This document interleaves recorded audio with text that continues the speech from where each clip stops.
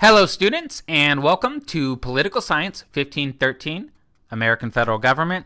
I continue to be your instructor. I'm still Connor Alford, but hey, you know what? This week we're going to start to talk about one of my absolute favorite topics, arguably the most important subject of the entire semester, and that's the Constitution of the United States of America.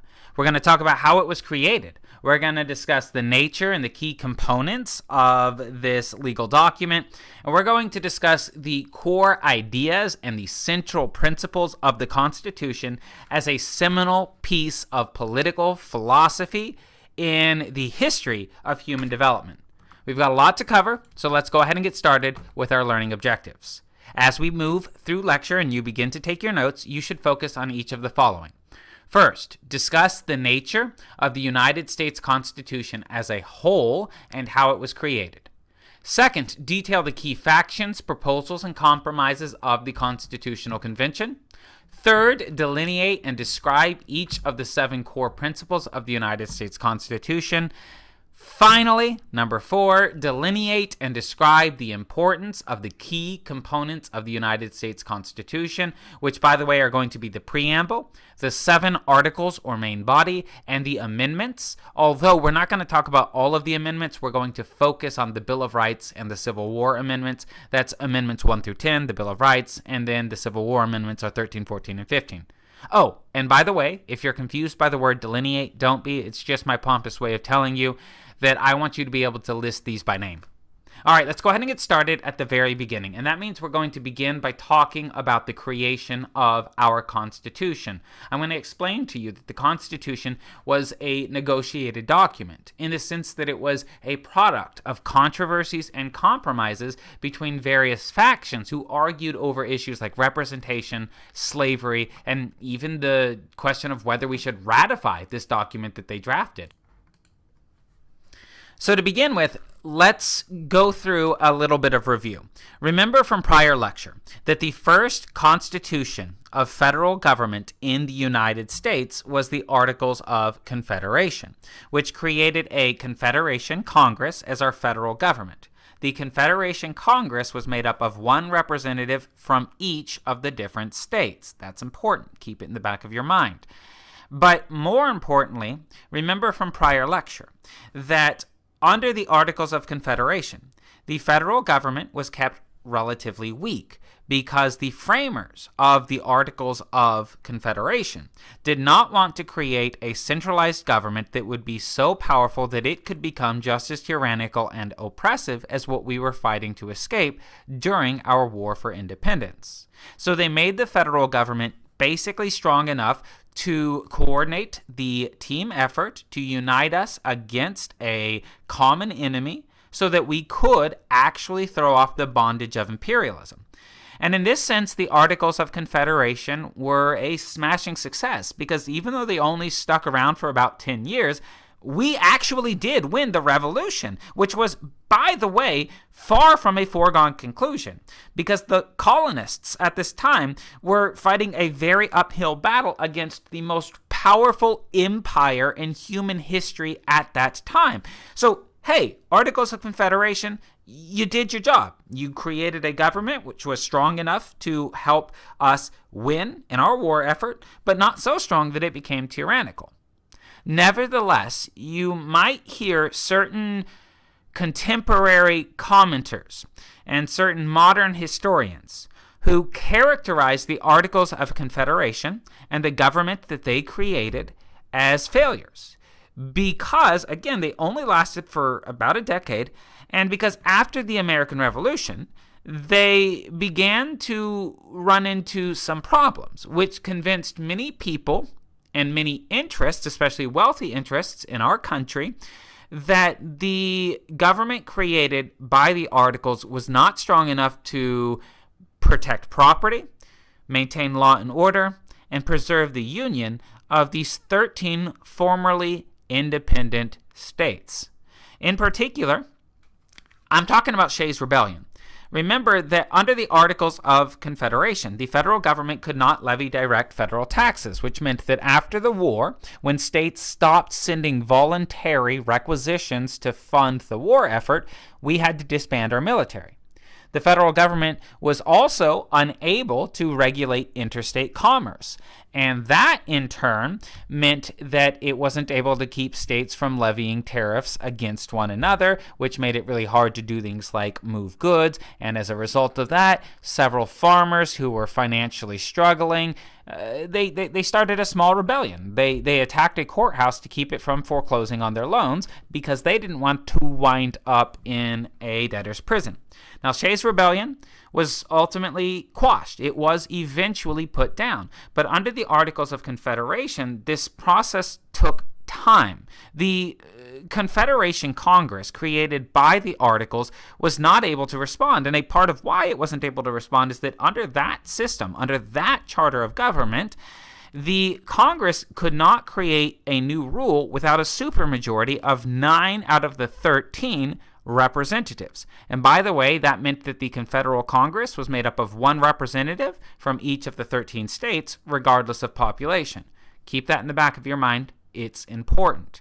At the same time, if you wanted to try to revise this system to make it more efficient, if you wanted, in other words, to amend the Articles of Confederation, well, good luck, because that document specified that in order to amend the Articles, you had to have a unanimous vote. You had to get all 13 of the representatives to agree before they could ratify any changes. So after Sheas Rebellion, the inefficient response of the federal government led many to call for a constitutional convention, especially people like Hamilton. And the Confederation Congress eventually acquiesced. But here's something that's important to keep in mind. When the Confederation Congress called for the Constitutional Convention, they did not expect the framers in attendance to turn around and write a whole new charter of government, like they did. They asked for this Constitutional Convention to convene for, and I quote, the sole and express purpose of revising the Articles of Confederation and reporting to Congress and the several state legislators such alterations and provisions as shall render the federal Constitution adequate to the emergencies of government and the preservation of the Union. There were originally 70 delegates chosen from across the 13 states. Only 55 ultimately attended. And those 55 delegates had a funny idea of what it meant to revise the Articles of Confederation. Because instead of proposing changes for the Confederation Congress to either approve or deny, they went over their heads and they appealed to we the people to completely abolish the Articles of Confederation and replace them with a entirely separate charter of government, the Constitution of the United States of America, that we continue to live under today, with some notable amendments. So that's what happens at the Constitutional Convention. 70 delegates are called, 55 show up. I'm going to briefly note, only 39 of them actually affix their names to the Constitution. Only 39 of the 55 agreed and signed the Constitution at the end of that convention. Why? Well, to understand that, you need to understand that the Constitution of the United States of America was and is the product of controversy and compromise. It is a negotiated document in the sense that there were a series of controversies or disagreements that were a result between different factions or interest groups at the Constitutional Convention through compromise. And what winds up happening is that when you compromise over and over and over again in order to get things done, and that's what happened at the Constitutional Convention, people get upset. And many of those who were in attendance left completely disillusioned. However, this process of negotiation, of controversy and compromise, helped to get things done. It was effective, and ultimately we do wind up with this Constitution. But The result of this is that if you really want to understand and appreciate the Constitution, you need to understand the different proposals that took place at the Constitutional Convention.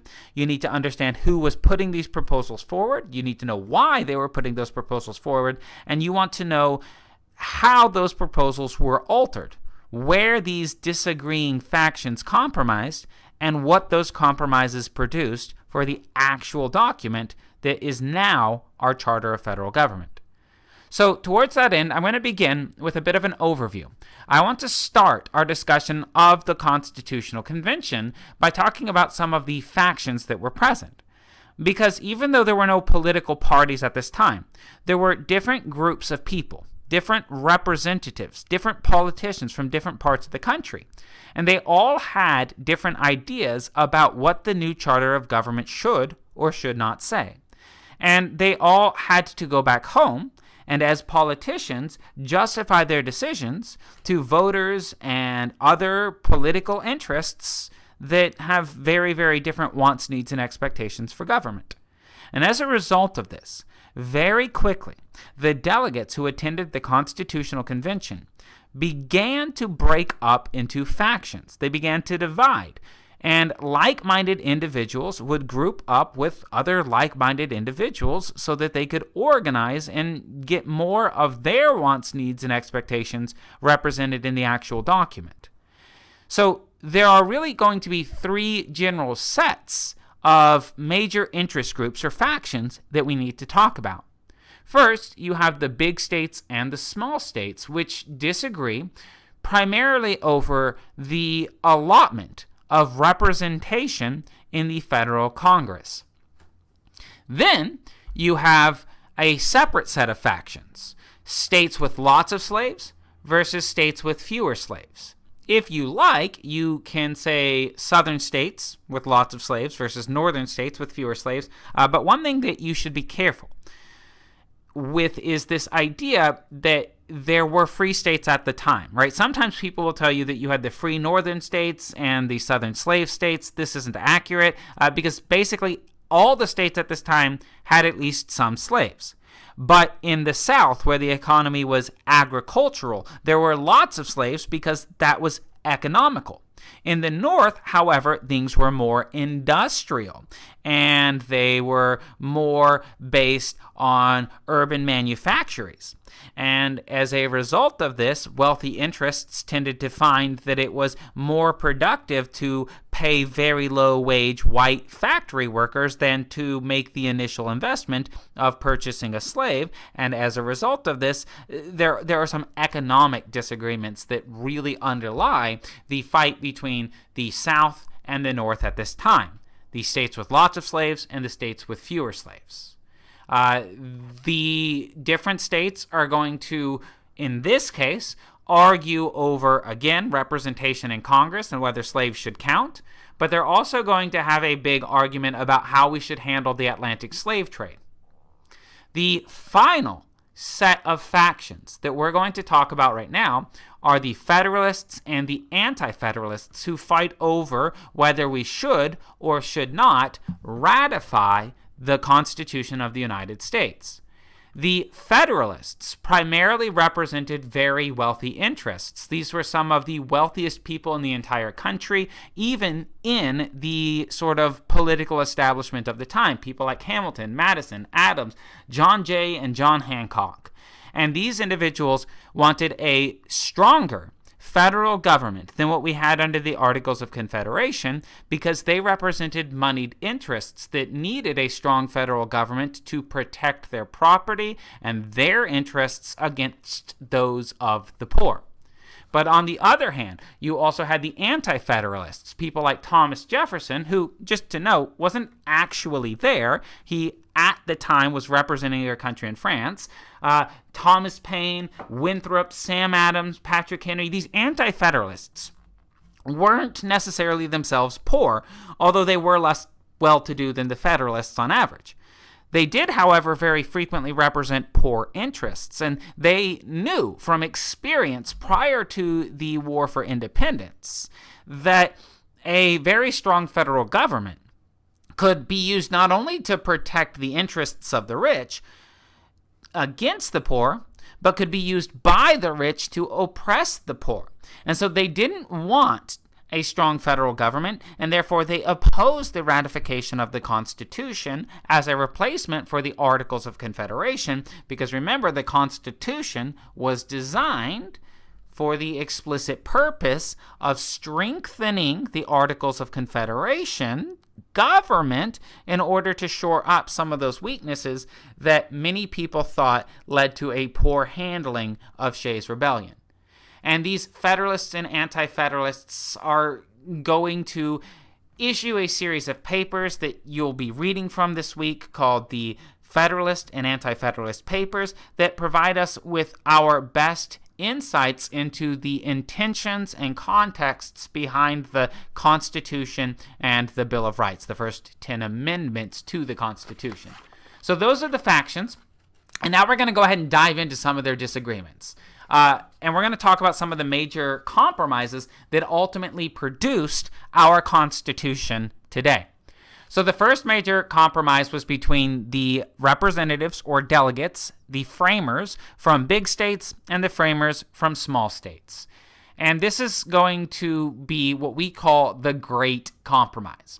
See, under the Articles of Confederation, the states all had equal representation in the federal Congress, in the Federal Assembly of Lawmakers.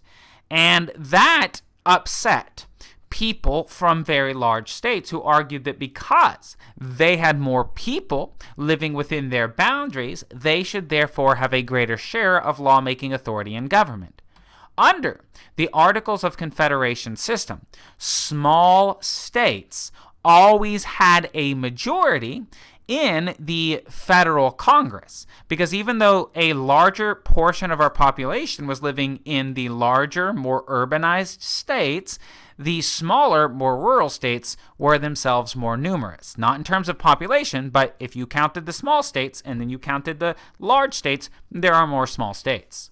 So you basically have this debate about whether we should stick to the Articles of Confederation system of allotting representation in such a way that you provide equal representation for the states, or whether we should move towards a system that instead provided equal representation for the people. The small states rallied behind what they called the New Jersey Plan, which said we need to follow the principle of equal representation for the states. And if you know anything about New Jersey, it's a pretty small state, especially at this time. So it's not a surprise that they want to stick to the Articles of Confederation system. But the big states are never going to agree to this, because they, again, realize that if we continue to use this system, the small states will always have a majority vote in the Congress, and therefore they will always get to decide which laws pass and which laws fail, and therefore these laws aren't going to be very responsive to the wants, needs, or expectations of large states. So wanting to increase their own power so that they can protect their own interests, the big states rally behind Virginia and propose the Virginia Plan, which says that instead of having equal representation for the states, we should have equal representation for the people. In other words, what the Virginia Plan tells us is that there should be proportional representation for the states in Congress, so that if a state with 100 people gets one representative or one vote in Congress, a state with 1,000 people should get 10. If a state with 10 people got one, a state with 100 people would get 10. Your number of representatives or votes in the federal Congress should depend on the number of people living within your boundaries if you are a state at this time. The problem with the Virginia Plan, from the perspective of the representatives from small states, is that if we went with the Virginia Plan, then you would just be reversing the issue. Instead of the small states always having a majority seat in Congress, the large states would always have a majority of the seats in Congress, and therefore the large states could use that Congress to create laws which exploit the small states for their own benefit through sheer force of number. In other words, the small states were afraid that if we went with the Virginia plan, the federal Congress, controlled by large states, would not be very responsive to their wants, needs, and expectations. So the big states are never going to accept the small state New Jersey plan, and the small states are never going to accept the big state Virginia plan. We have a controversy. But remember, a constitution is a negotiated document. How do we resolve these controversies? With compromise. And so a medium-sized state, Connecticut, proposes the Connecticut Compromise, which is also called the Great Compromise. The Great Compromise says, look, if the small states aren't going to accept the Virginia plan, and if the big states aren't going to accept the New Jersey plan, let's do both. We will have a bicameral or two-chambered legislature, and the lower chamber, the lower body of elected officials that comprise this new Congress, is going to be called the House of Representatives. The House of Representatives will use the Virginia plan, meaning that big states get more votes in the House of Representatives and small states get less. You have equal representation for the people in the states in the House of Representatives. That way, the big states have a voice in government. But to keep the big states from exploiting the small states, we'll also have an upper chamber, a upper body of elected officials called the Senate. And the Senate will use the New Jersey plan, meaning that we have equal representation for the states rather than for the people within the states. The Senate, in turn, provides representation for the small states. And we're not quite done yet, because the Great Compromise says that no new law shall be created unless it is approved by both the lower and the higher chamber. In other words, under the Great Compromise, we have a House of Representatives using the Virginia plan, we have a Senate using the New Jersey plan, and only if you can get both to agree to a proposed policy will that policy become law. And you find that at the Constitutional Convention, this satisfies both sides, because the small states now have the Senate to keep them from being exploited by the big states now have the House to keep them from being exploited by the small states. Nobody has a greater share of lawmaking authority, and that way no law can be created unless it has something to offer to both big and small states so that it can get through both the House and Senate. And so they agree. And we make progress. We get the first major compromise, and that provides us with the bicameral system of lawmaking or legislation that we continue to live under today. However, the Great Compromise also raises a bit of a question that people hadn't thought about until after they'd already agreed. See, under the Great Compromise, you've already established that in the House of Representatives, the larger a state's population, the more votes or the more seats in the House that state will receive. So now all of a sudden we have this argument about who counts as a part of a state's population. And, obviously they didn't want to include the Native Americans because they consider them to be basically foreign nationals. The Constitution of the United States, by the way, recognizes the native governments as holding the same sovereign status as foreign countries like France and Great Britain. So we say, okay, we're not going to count the Native Americans. We're not going to count like foreigners who are just passing through. But the real argument is over what the Constitution calls other persons, which is a euphemism for slaves. Because at this time, especially in the South, a substantial portion of our population lives in bondage, lives in chains. And people are becoming increasingly aware of this in large part because the values of the American Revolution emphasize equality. And therefore, you're starting to have a slave debate in our country. Don't get confused, however. People are becoming more aware of the debate about how we should deal with slavery. But at the Constitutional Convention, the first major issue isn't whether we should keep or abolish slavery. That's not really addressed at this point in our nation's history. People are becoming concerned, but they're not ready for that discussion. Instead, what we have is a debate between the representatives from the states with lots of slaves and the representatives from states with fewer slaves. The states with lots of slaves say that we should count the slaves as persons for the purpose of determining population and therefore allotting representation in the House. Now, why might it be that these representatives from states with lots of slaves are going to argue that slaves should be treated as property for some purposes, but in this one exception, they should be treated like persons as a part of the population? Well, because they recognize that if you count the slaves as a part of the population, that's going to give them more votes in Congress. And they want that because they're afraid that if they don't have enough representation in Congress, the delegates in Congress from states with fewer slaves might do something like pass a new regulation or a ban on slavery. They don't want that.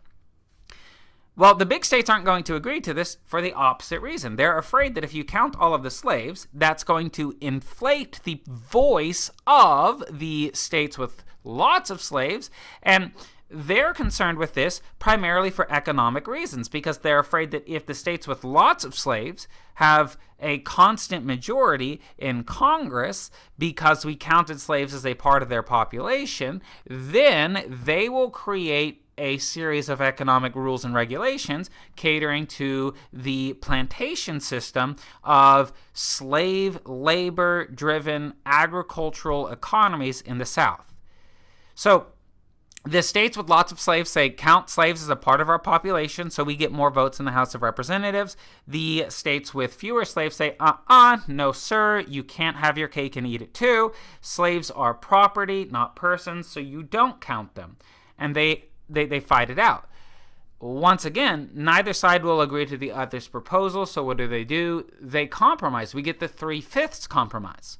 Now, you might have been told that the 3/5 compromise says that each black individual is 3/5 of a person. That's not entirely accurate. What it really says is that we're going to count 3 out of every 5 slaves in a state as a part of that state's population for the limited purpose of determining representation in the House. So, Proposal 1, count all the slaves. Proposal 2, count none of the slaves. Compromise, count some of the slaves. And now that we're on the topic of slavery, there's another major debate that crops up, and that's the Atlantic slave trade. All right, so again, remember, nobody at the convention is really ready to start talking about the abolition of slavery. They know that if they bring that up, that this whole thing's going to fall apart, so they try to avoid it. It's not to say there was no calls for abolition at all. Benjamin Franklin, for instance, was an abolitionist leader at this time, but it just wasn't a major conversation that they were ready to have. They were, however, ready to begin talking about how to handle the Atlantic slave trade. Part of this is humanitarian. The Atlantic slave trade was horribly cruel, and even individuals who were sympathetic with the cause of slave owners often said, okay, but this is excessive. This is unbearably violent, cruel kidnapping, and we don't want to tolerate that. But the humanitarian discussion was not the major theme at the Constitutional Convention, insofar as we can tell. All right, now keep in mind the Constitutional Convention was private. Some people say it was secret. Private's more accurate. People knew what was going on. They just didn't let everyone in the room. The real argument about the Atlantic slave trade pertained to economics. People who were from southern states with lots and lots of slaves and depended on slave labor for the growth of their plantations wanted to keep the Atlantic slave trade going because it meant that the costs of buying a slave were lower because the supply of servile laborers was higher. But the individuals from northern states were concerned that if we continued driving down the costs of slaves, that maybe those factory owners who so far found it more profitable to pay low-wage white workers than buy a slave might reconsider. there's economic competition here. White factory workers didn't want more slaves being brought into the country because they didn't want more competition for their jobs.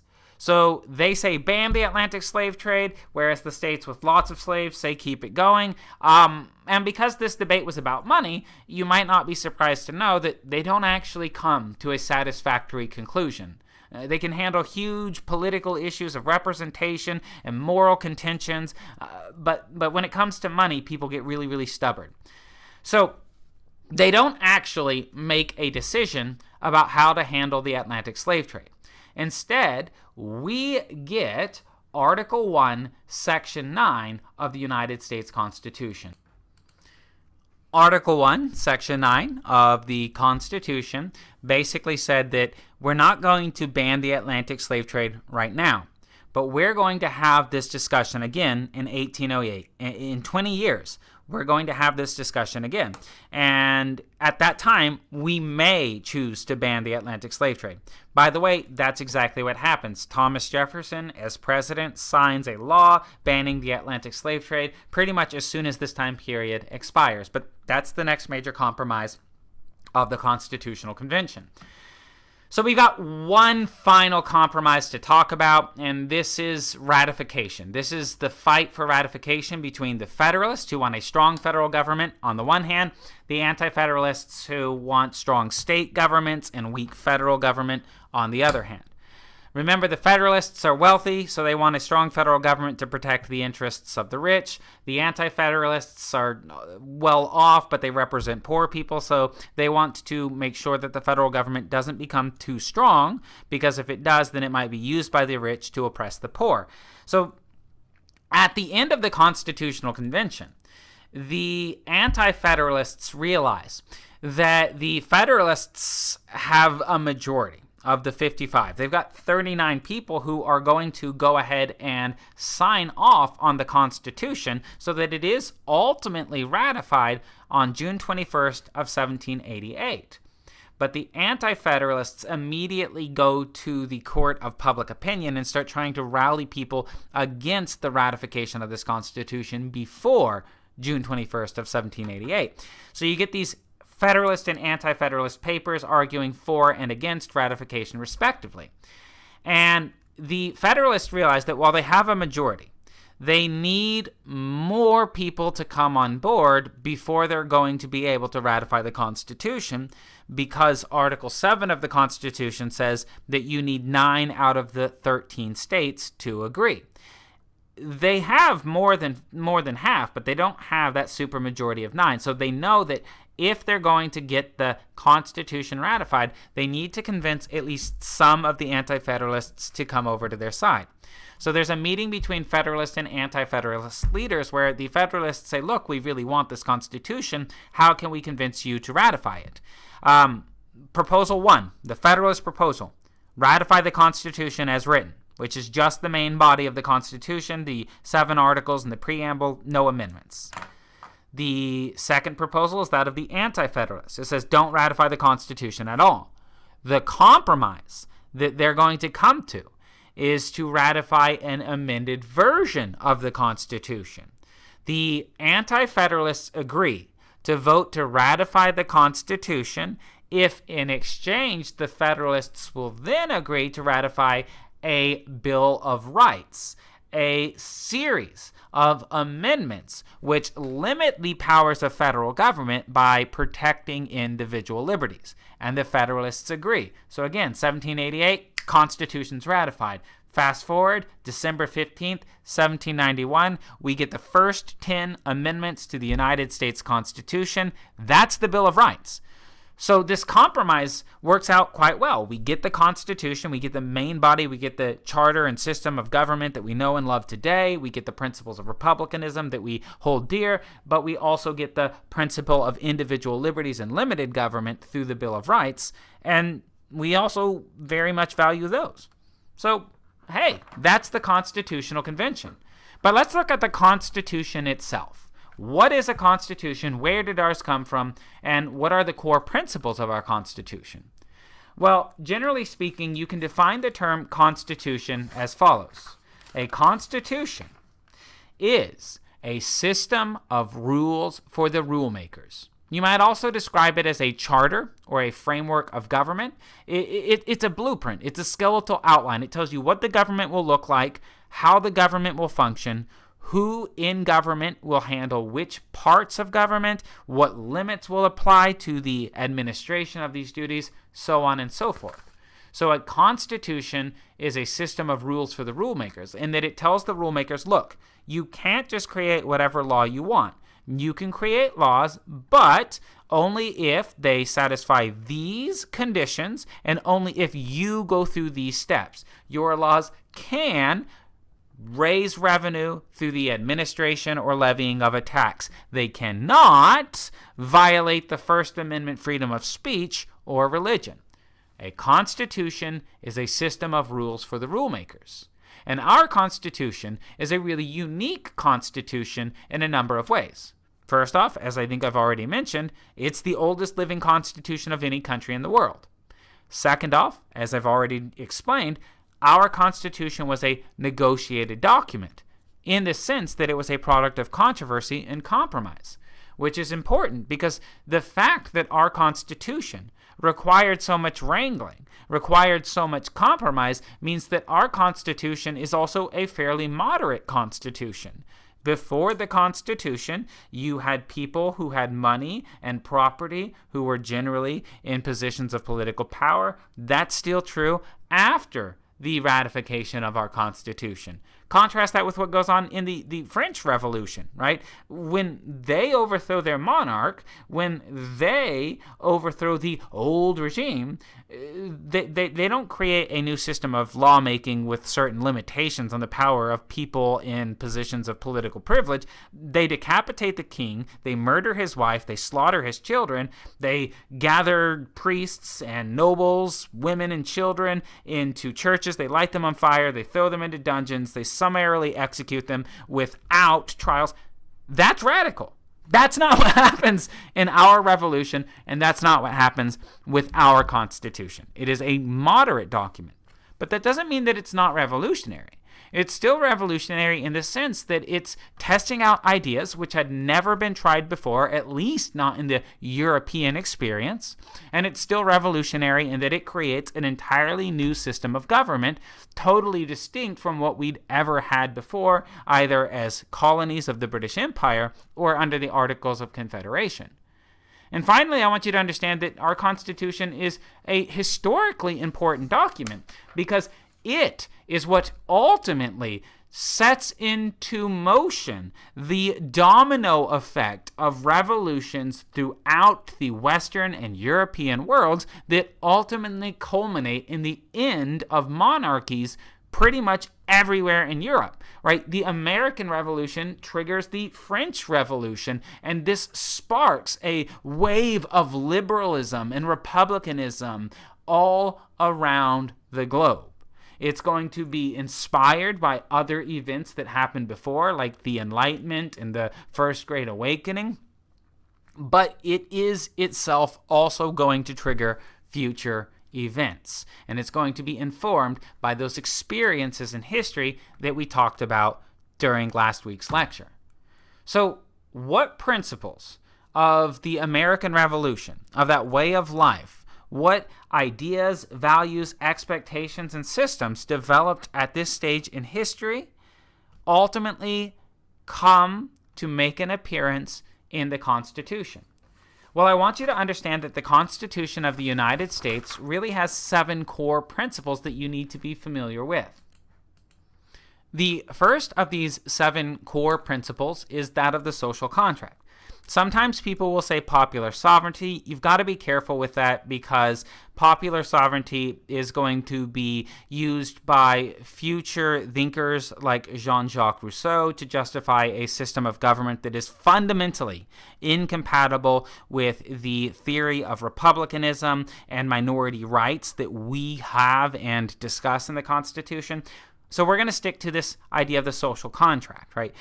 Remember from prior lecture that a social contract is an implicit or explicit agreement among the members of a society to cooperate under some sort of centralized authority for social benefits.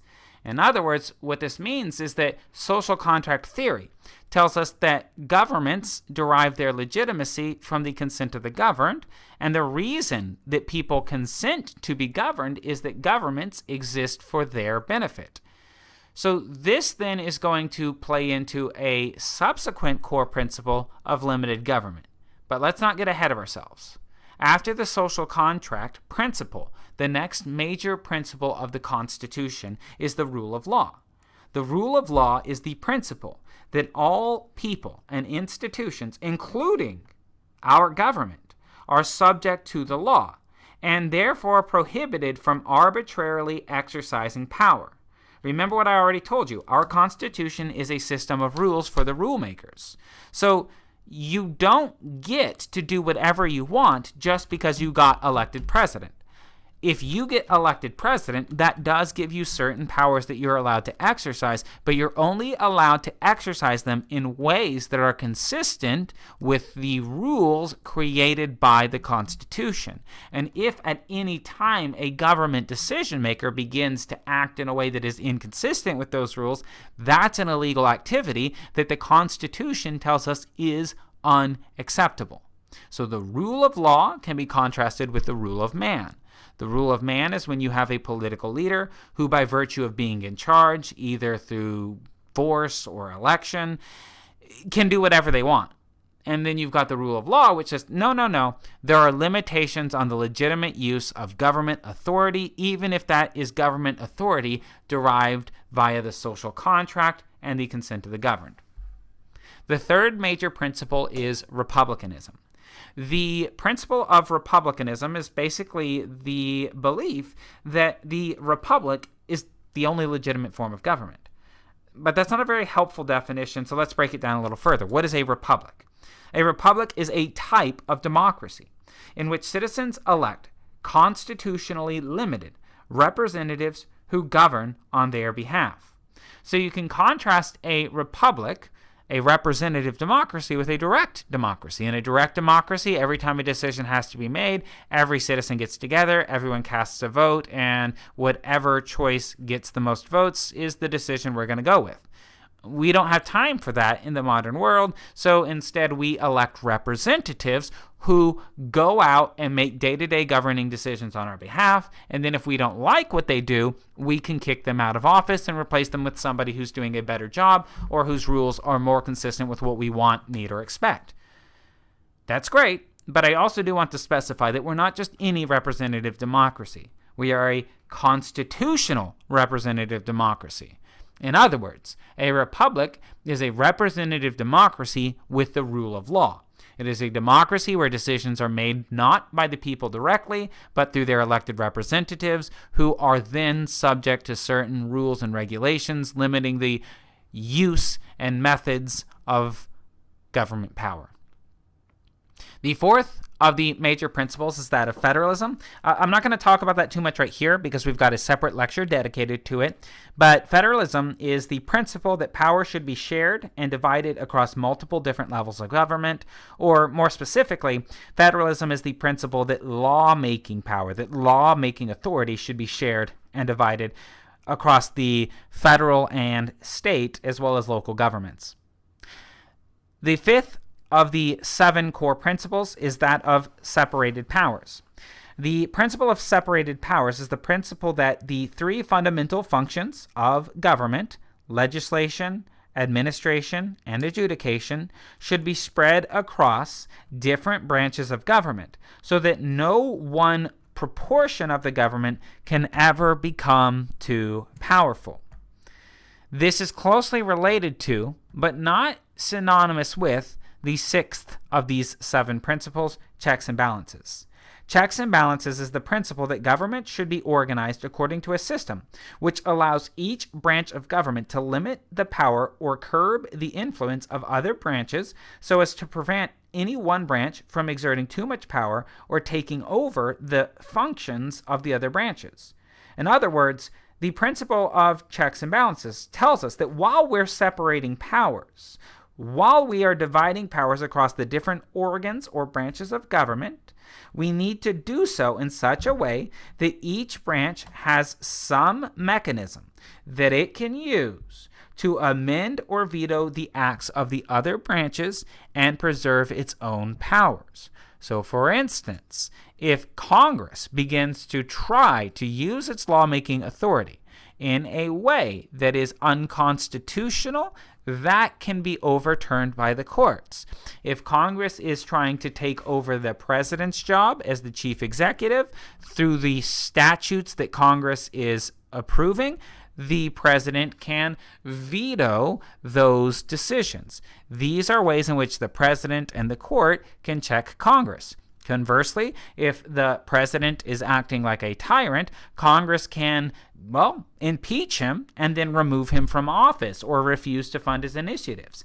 Each of the three branches, yes, has a separate power, but they also have institutional, constitutional tools that they can use to keep the other branches from getting too big for their britches. So that's the principle of checks and balances.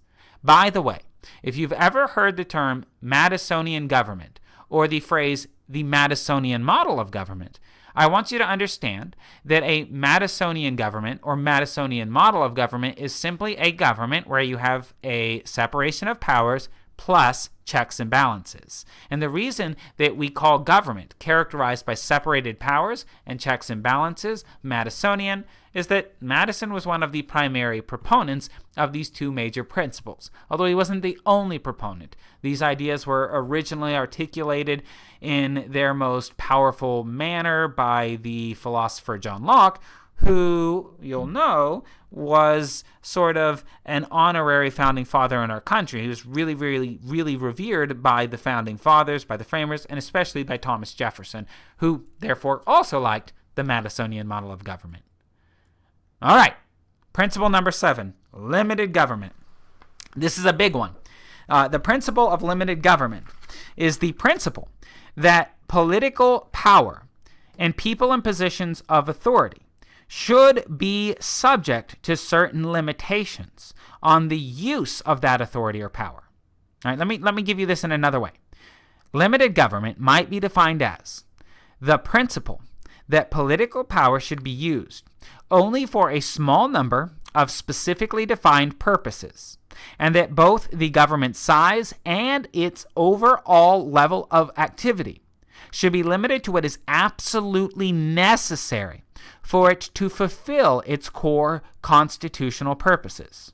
In other words, the principle of limited government tells us that government is only allowed to exercise those powers specifically delegated to it by the Constitution, and that it is illegal for government to seek any goals or utilize any powers in any way not explicitly authorized by the nation's charter, by the Constitution.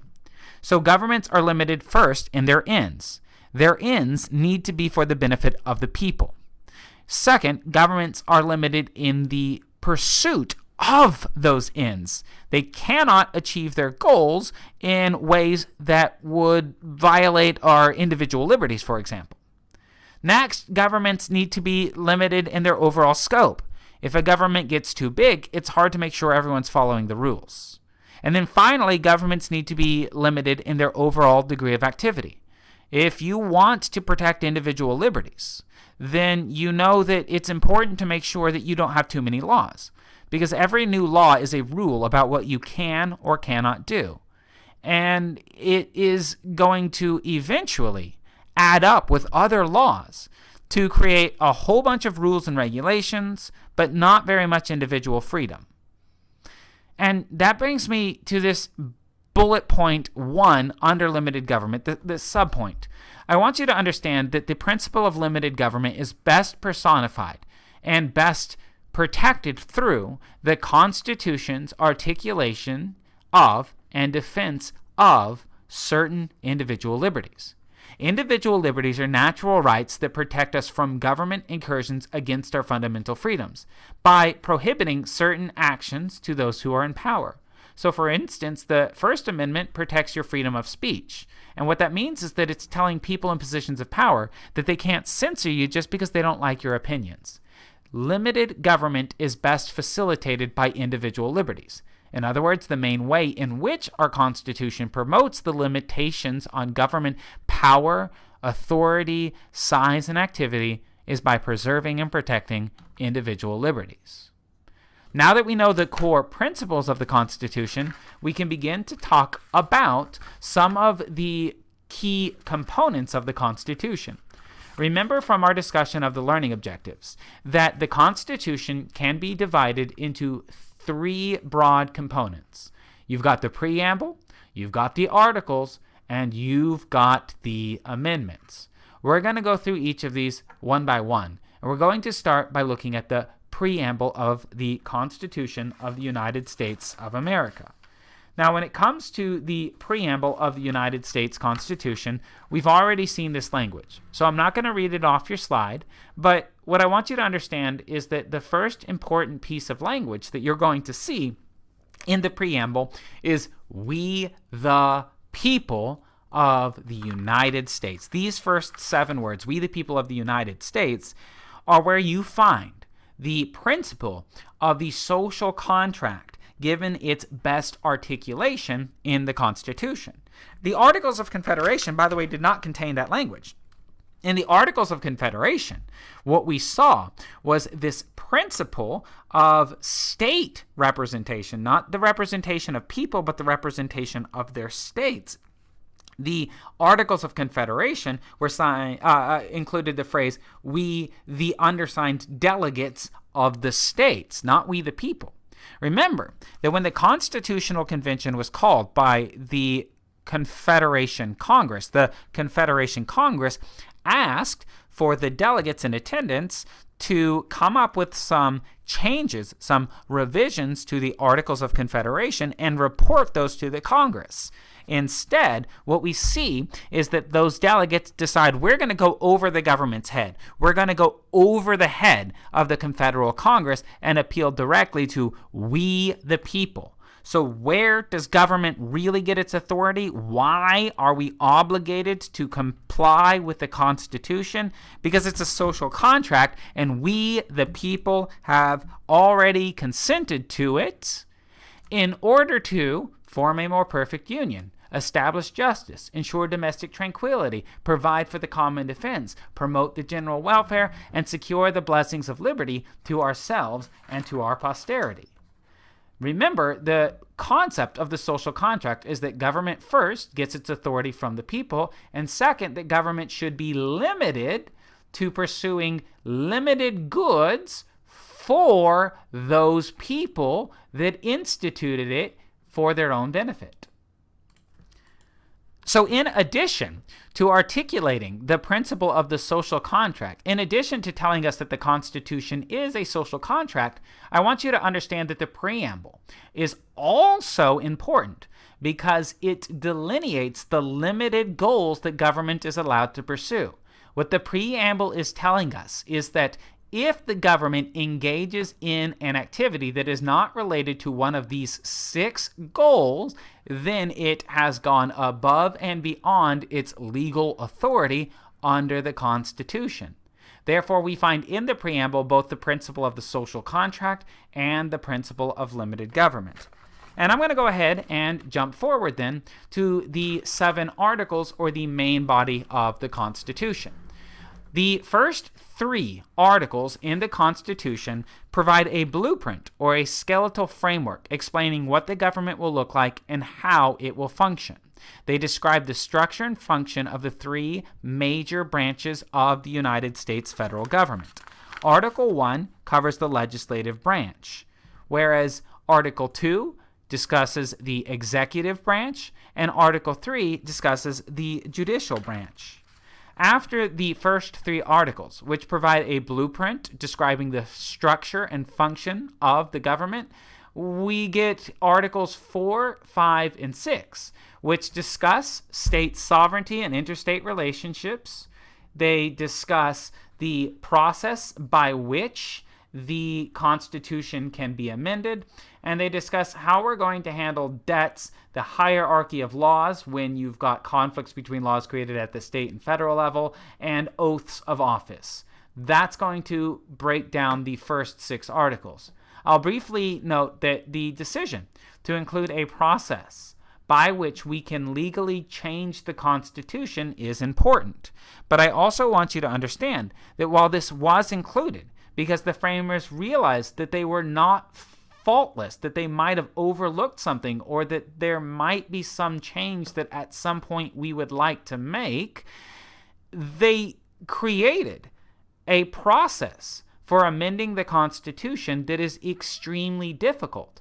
Because the whole point of having a written constitution, a specific legal document detailing what the government will look like, what it can and cannot do, is to set those rules and procedures in stone so that we have them on pen and paper in black and white, and we have a clear, long-lasting idea of the basic functions and limits of government authority. So yes, you can change the Constitution, but no, this is not something that the framers wanted to happen very frequently. The 7th and final of the 7 articles that constitute the main body of the Constitution is Article 7, which can then be broken down into 2 distinct clauses.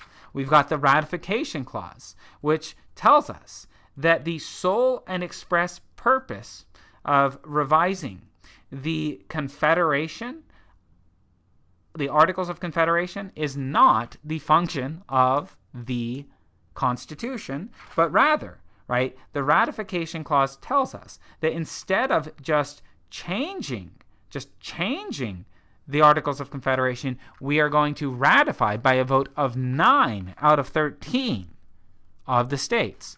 Now, that's interesting because remember, under the Articles of Confederation, changes had to be approved by a unanimous vote, 13 out of 13 representatives in Congress. But the ratification clause, by saying that we're going to have a convention of the states and this becomes our new charter of government if it's ratified by 9 out of those 13 states, is basically, again, saying we're going over the head of government. We're going over the head of the Articles of Confederation. We're going over the head of the Confederation Congress and directly to the people, and we will ratify this Constitution with a vote of the people through conventions in 9 out of 13 states. And then you get the attestation clause, which just records the ratification of the Constitution. It's worth noting that it does date it in 2 ways. 1, in the year of our Lord, and 2nd, in the 12th year of our history as a country, which makes sense because 12 years before the ratification of the Constitution, you get the Declaration of Independence. So that's the main body of the Constitution.